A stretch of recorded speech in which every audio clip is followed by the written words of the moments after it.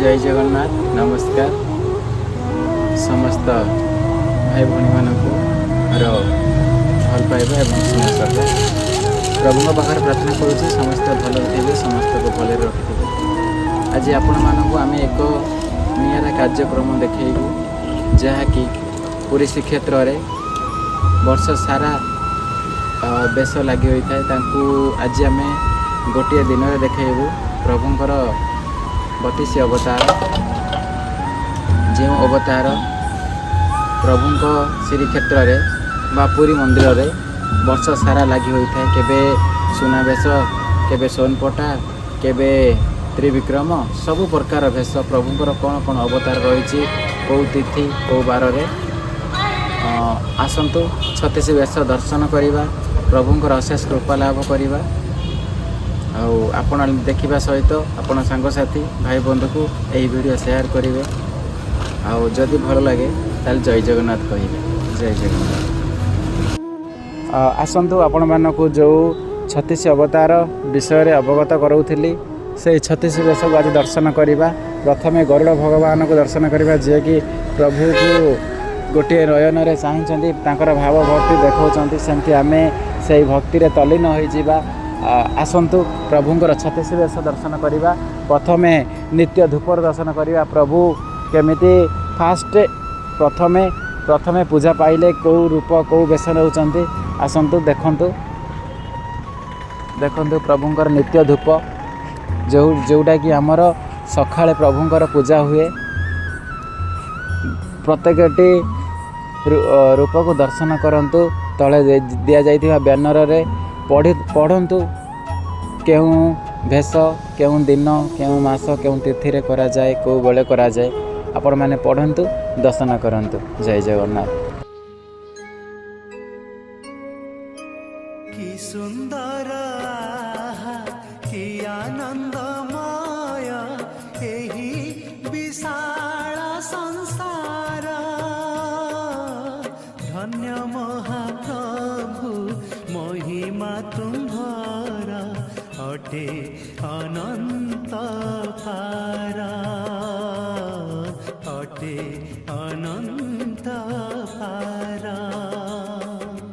कि सुंदर कि आनंदमय एही विशाल संसार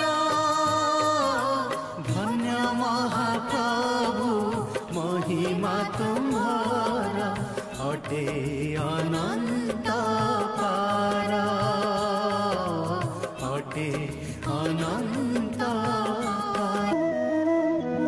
आपण माने 18 गोटी बेश को दर्शन कले आशा करुचे निश्चिंत समस्त भल लगी आहरी 18 गोटी प्रभुंर अवतार रही वेश रही ता भितर आमर जो दिव्यांग भाई भौणी मानकर भजन समारोह रही प्रभु 36 वेश अवतार गोटे पटे आ गोटे पटे दिव्यांग भाई भौणी मानकर भजन समारोह ताकर सुललित कंठरे शह शह भक्त को आज हजाई दौरान आ मजाई दौरान आ से जो भिड़ भितर भगवान भक्तर जो भाव भक्ति आपण देखिले निश्चिंत आखिर लुह आसब। तेणुक आपण मैंने 36 वेश दर्शन सहित भजन समारोह आसतु श्रवण करवा आउ 18 गोटी वेश दर्शन करवा। आसतु आम से प्रभुंर कौ पटी कौ भाया भाव रही भक्त मैंने कौ भाया प्रभु को तल्लीन हो डाकुंट केमी नाम हजि जाऊँच मजि जाऊँच आसतु समस्ते आखि पूरेक देखा।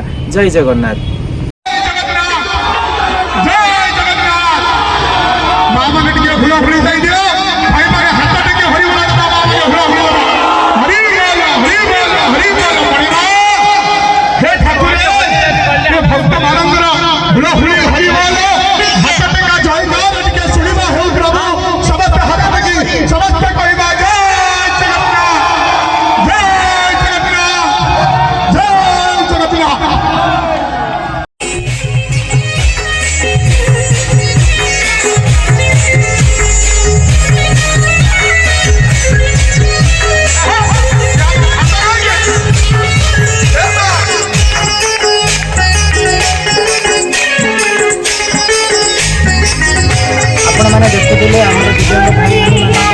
सुललित कंठरे सुंदर सुंदर भजन केमी से कंठर भासी आसुवा से प्रभुंर भाव भक्ति ଲୋକମାନଙ୍କୁ ତଲ୍ଲୀନ କରିଦେଉଛି।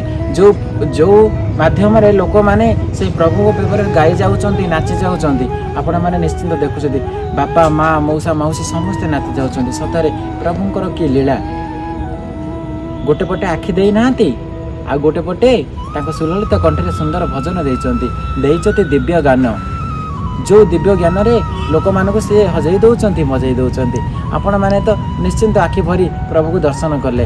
ଆସନ୍ତୁ ଏବେ ଆଉ 18 ଗୋଟି ବେଶ ଦର୍ଶନ କରିବା, ନିଜକୁ ଭାଗ୍ୟ ମନେ କରିବା। ଜୟ ଜଗନ୍ନାଥ।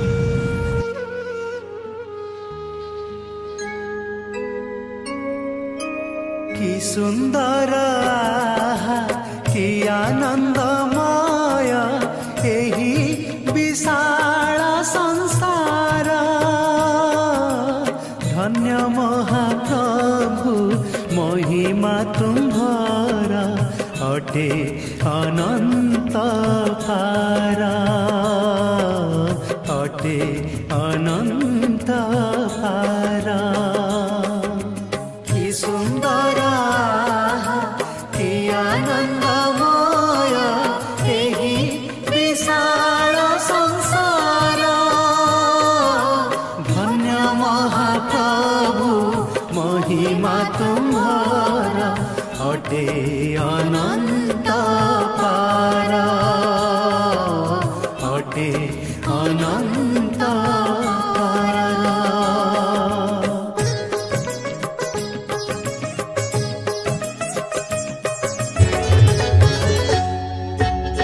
पापी पुण्याचा जन आस हे आस बहन बाली देखी देख शिव गला श्रीमुख।